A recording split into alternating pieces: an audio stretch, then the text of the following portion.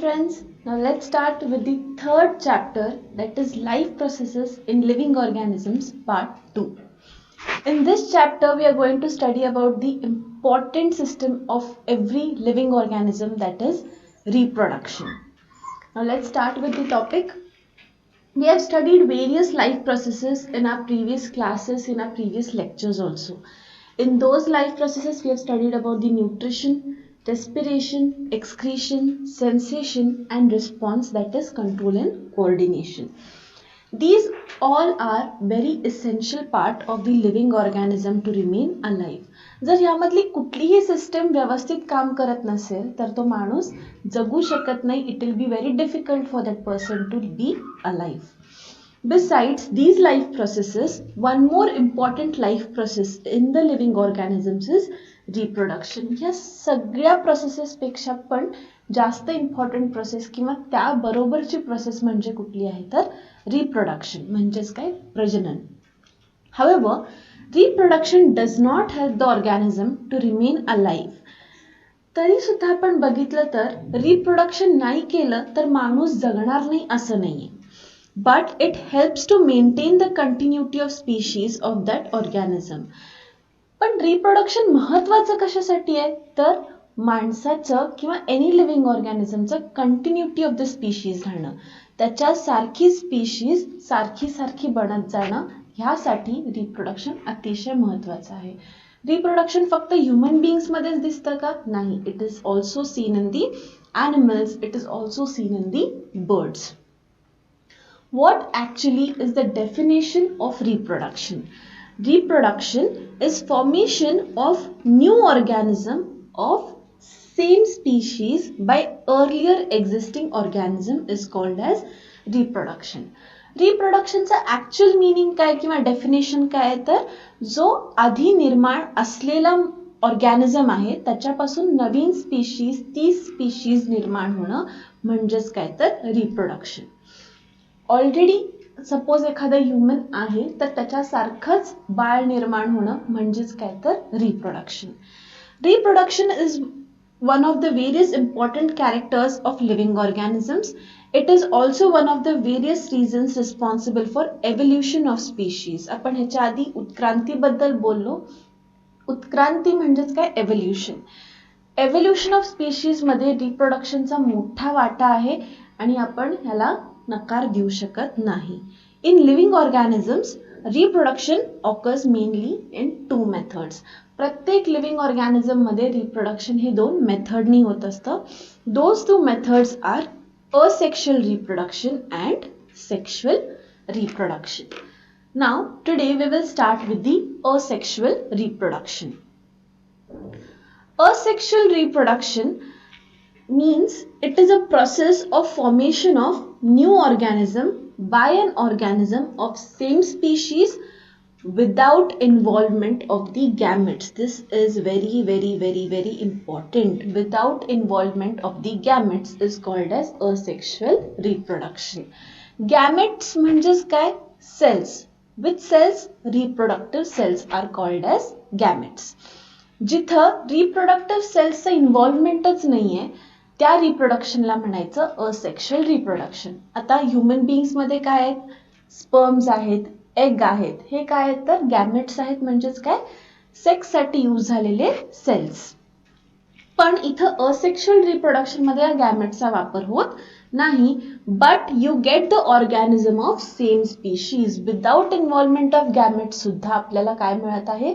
Same स्पीशीजचं organism मिळत आहे. This is nothing but asexual reproduction where you don't use gametes for the reproduction. As this process does not involve union of 2 different gametes, the new organism has exact genetic similarity. आपण जेव्हा sexual gametes use करतो तेव्हा काय होत असतं? That is sexual reproduction मध्ये genetic variation येत असतात. फॉर एक्झाम्पल कॅरेक्टर्स मिक्स होत असतात. वी हॅव टॉट दिस इन मियोसिस प्रोसेस.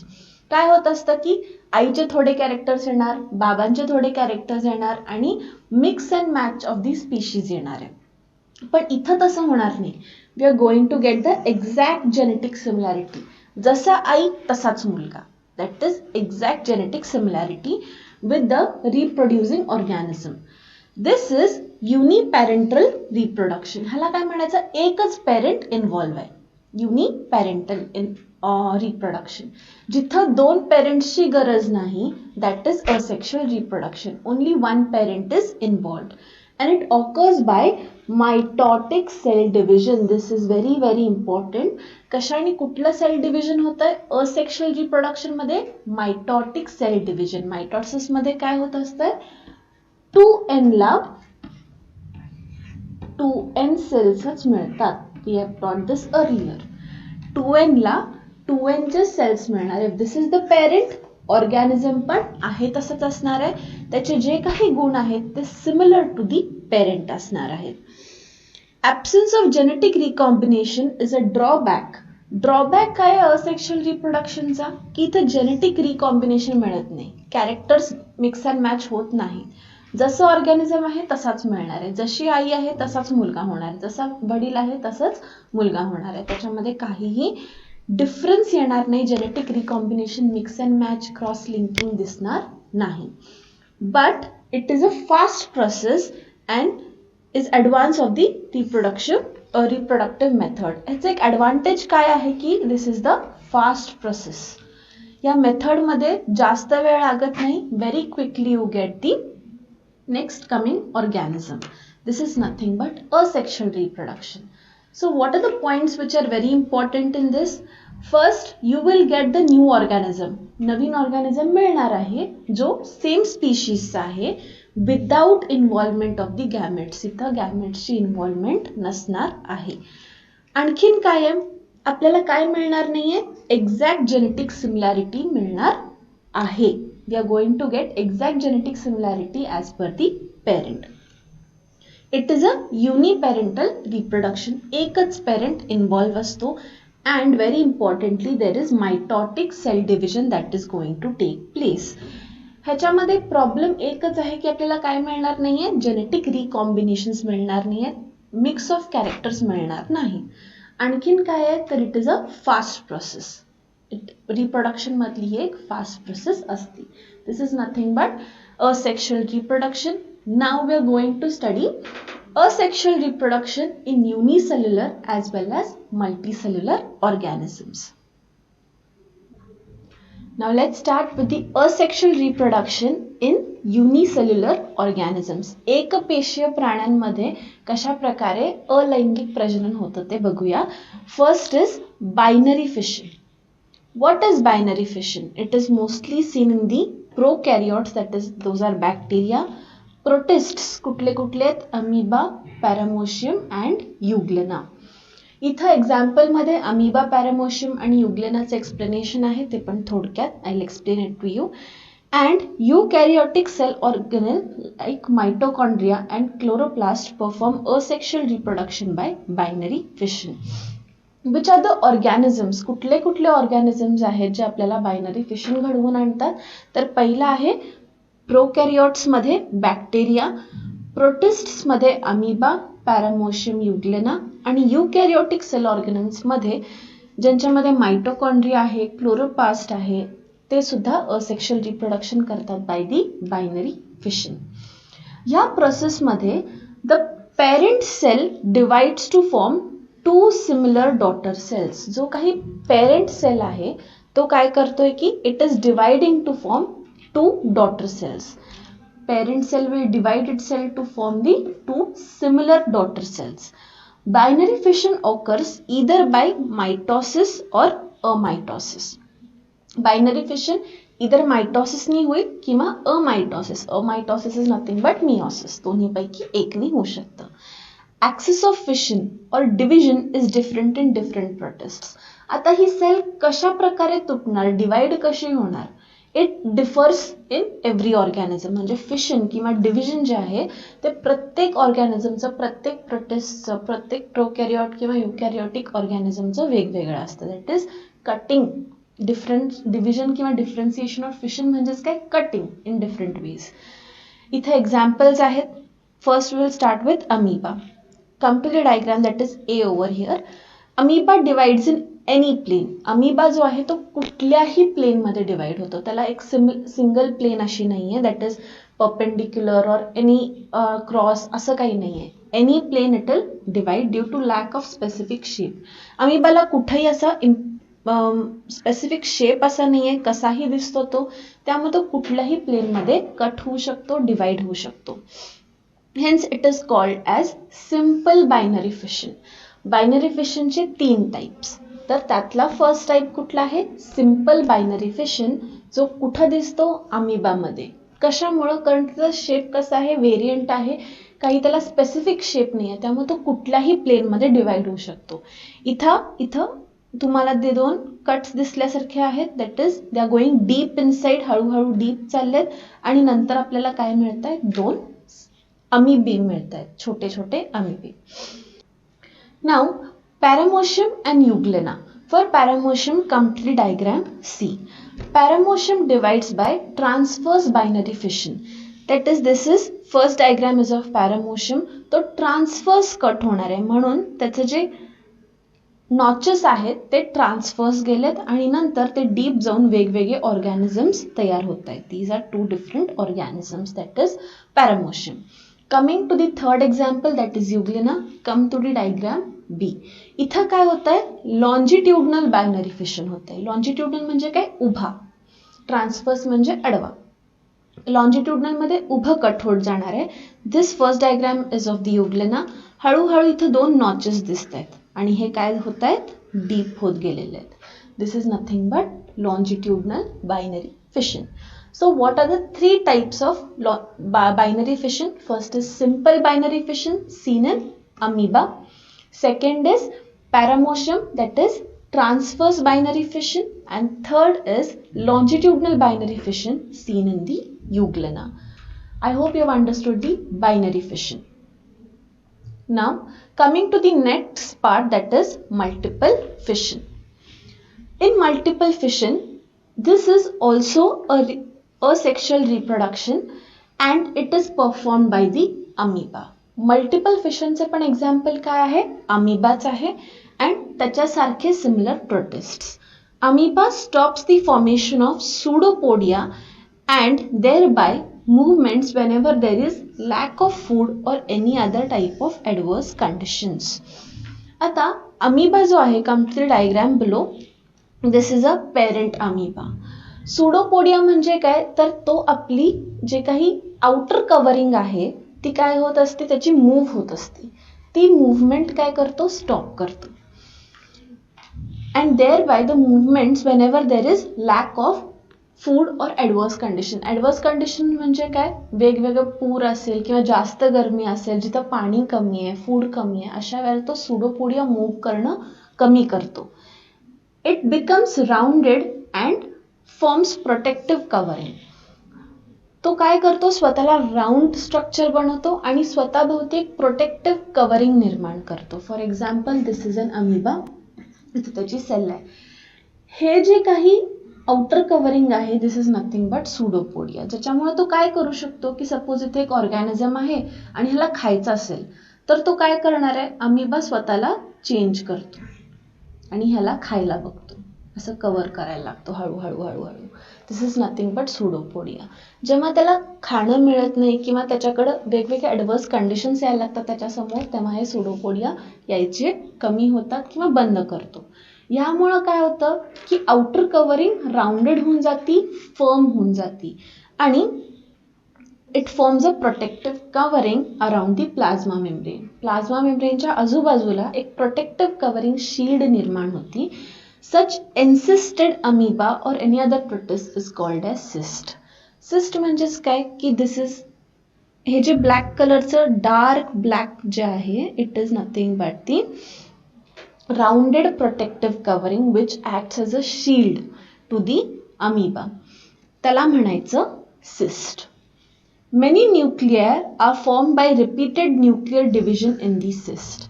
आता आतमध्ये जे काही अमिबा आहेत ते काय व्हायला लागतात? हळूहळू डेव्हलप व्हायला लागतात आणि न्यूक्लियर डिव्हिजन होऊन त्या सिस्टमध्ये अनेक अमिबा तयार व्हायला लागतात. It is followed by cytoplasmic division. आता सेलचं डिव्हिजन होतं म्हणजेच काय? Again there will be nuclear division and nothing but cytoplasmic division. त्यामुळे आणखीन नवीन नवीन सेल्स निर्माण होत जाणार आहेत. Many amoebulae are formed. आणि काय होणार आहेत, जास्त जास्त अमिबुले तयार होत जाणार आहेत. दे रिमेन इन्सिस्टेड, आतल्या आतच सिस्टच्या आतमध्येच राहतात till there are adverse conditions. जोपर्यंत ॲडवर्स कंडिशन्स आहेत, पावसाळा असेल भरपूर, उन्हाळा जास्त असेल, जोपर्यंत ॲडवर्स कंडिशन्स आहेत तोपर्यंत ते सिस्ट आहे तसंच राहणार आहे. Cyst breaks open on the arrival of favourable conditions. जेव्हा जेव्हा कंडिशन्स, बाहेरचे कंडिशन्स फेवरेबल असणार आहेत तेव्हा ही सिस्ट ब्रेक ओपन होणार आहे, फुटून जाणार आहे. And many amoebulae are released. आणि जे काही आतल्या जे सेल्स निर्माण झालेले आहेत, these are nothing but released daughter amoebulae when the cyst is opened. This way you get multiple fission. Binary fission मध्ये काय व्हायचं, एकापासून दोनच निर्माण व्हायचे. पण मल्टिपल फिशन मध्ये एकापासून अनेक निर्माण व्हायला लागले. There are many amoebulae that are seen. थोडक्यात काय आहे की जेव्हा जेव्हा ॲडवर्स कंडिशन्स असणार आहेत तेव्हा अमिबा काय करणार आहे, एक राऊंड स्ट्रक्चर निर्माण करणार आहे आणि टणक कव्हरिंग घेणार आहे. कोकोनटचं कव्हरिंग कसं टणक असतं तसे टणक कव्हरिंग स्वतःच्या आजूबाजूला निर्माण करणार आहे आणि त्याला काय म्हणायचं, सिस्ट. या सिस्टच्या आतमध्ये सेल डिव्हिजन चालू होतं. त्याच्यामध्ये पहिला न्यूक्लियर डिव्हिजन होणार आणि मग काय होणार आहे, सायटोप्लाझमिक डिव्हिजन. न्यूक्लियर डिव्हिजन, सायटोप्लाझमिक डिव्हिजन होऊन अनेक सेल्स निर्माण होणार आहेत आणि जेव्हा कंडिशन्स फेवरेबल होतील तेव्हा हे फुटून सगळे अमिबुले रिलीज होणार आहेत. एका सेलपासून अनेक सेल्स आपल्याला मिळणार आहेत, अनेक अमिबे आपल्याला मिळणार आहेत. This is multiple fission. Coming to the next part, that is budding. Asexual reproduction occurs by budding in the yeast. Yeast मध्ये asexual reproduction होतं by budding. What is yeast? It is a unicellular fungus. Fungal growth आपल्याला माहिती असेल, fungus कुठं कुठं उगवतं, कसा उगवतं आपल्याला सगळ्यांना माहिती आहे. तर yeast हा काय आहे तर युनिसेल्युलर फंगस आहे आणि त्याच्यामध्ये आपल्याला बडिंग दिसतं. Yeast cell reproduces two daughter nuclei by mitotic division. Yeast cell काय करतो की स्वतःचा न्यूक्लियस जो आहे त्याचे दोन डॉटर न्यूक्लियाय बनवतो. स्वतः ईस्ट आहे, त्याचं सेल न्यूक्लियस आहे आणि तो काय बनवतोय, त्याचे दोन डॉटर न्यूक्लियाय बनवतोय बाय मायटॉटिक डिव्हिजन. मायटॉसिस आणि एकदा सांगते 2n पासून आपल्याला 2nच मिळणार आहेत. n nothing but chromosome, doubled chromosome मिळत आहे. This yeast cell is called as parent cell. हा जो ईस्ट सेल आहे तो काय आहे, पॅरेंट सेल आहे. Come to the diagram below. This is nothing but yeast cell. त्याच्यामध्ये एक न्यूक्लियस आहे. हा न्यूक्लियस काय होतोय, डबल अप होतोय, दोन डॉटर न्यूक्लियाय तयार होत आहे. This is a parent cell. A small bulge appears on the surface of the parent cell. हा जो पॅरेंट सेल आहे ह्याच्यामध्ये एक स्मॉल बल्ज निर्माण होतोय, छोटीशी पुटकोळी उठल्यासारखी एक छोटासा बल्ज आलाय. दिस bulge is actually a bud.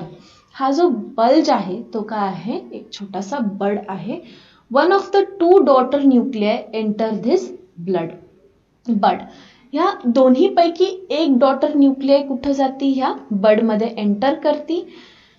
After sufficient growth, आईकडून जेव्हा त्याला भरपूर अमाऊंटमध्ये न्यूट्रिशन मिळतं, खाद्यपदार्थ मिळतं, तेव्हा तो छान ग्रो होतो हा bud becomes a separate daughter cell. आणि नंतर काय होतंय, हा बड एक सेपरेट डॉटर सेल म्हणून जन्माला येतो and starts to live independently as a daughter yeast cell. आणि स्वतः इंडिपेंडेंटली जगायला चालू करतो as a daughter yeast cell. छोटासा ईस्ट सेल म्हणून तो स्वतः जगायला चालू करतो. बडिंगमध्ये काय होतं, budding in unicellular organisms is yeast. हे अतिशय महत्त्वाचं आहे, पुढे जाऊन कन्फ्युजन होणार आहे. बडिंग जर युनिसेल्युलर ऑर्गॅनिझम्समध्ये होत असेल तर तो ईस्टमध्ये होणार आहे asexually. This is very important. Diagram आणि एकदा बघा. This is the parent cell. First diagram, parent सेलमध्ये एकच न्यूक्लियस आहे. सेकंडमध्ये काय आहे तर सेकंडमध्ये त्याच्यामध्ये एक छोटासा बड निर्माण झाला आहे आणि न्यूक्लियस पण डिवाइड झालाय न्यूक्लियसचा जो छोटा डॉटर न्यूक्लिया आहे तो कुठं गेलाय, बडमध्ये जाऊन बसलेला आहे. आणि थर्ड डायग्राममध्ये काय दिसतंय की डॉटर सेल दॅट इज बड आता ग्रोथ झालेली आहे त्याची, व्यवस्थित तो स्वतः जगू शकतो म्हणून तो पूर्णपणे वेगळा होतो आणि इंडिपेंडेंटली जगायला लागतो in the fourth diagram. This is nothing but the budding unicellular reproduction in east.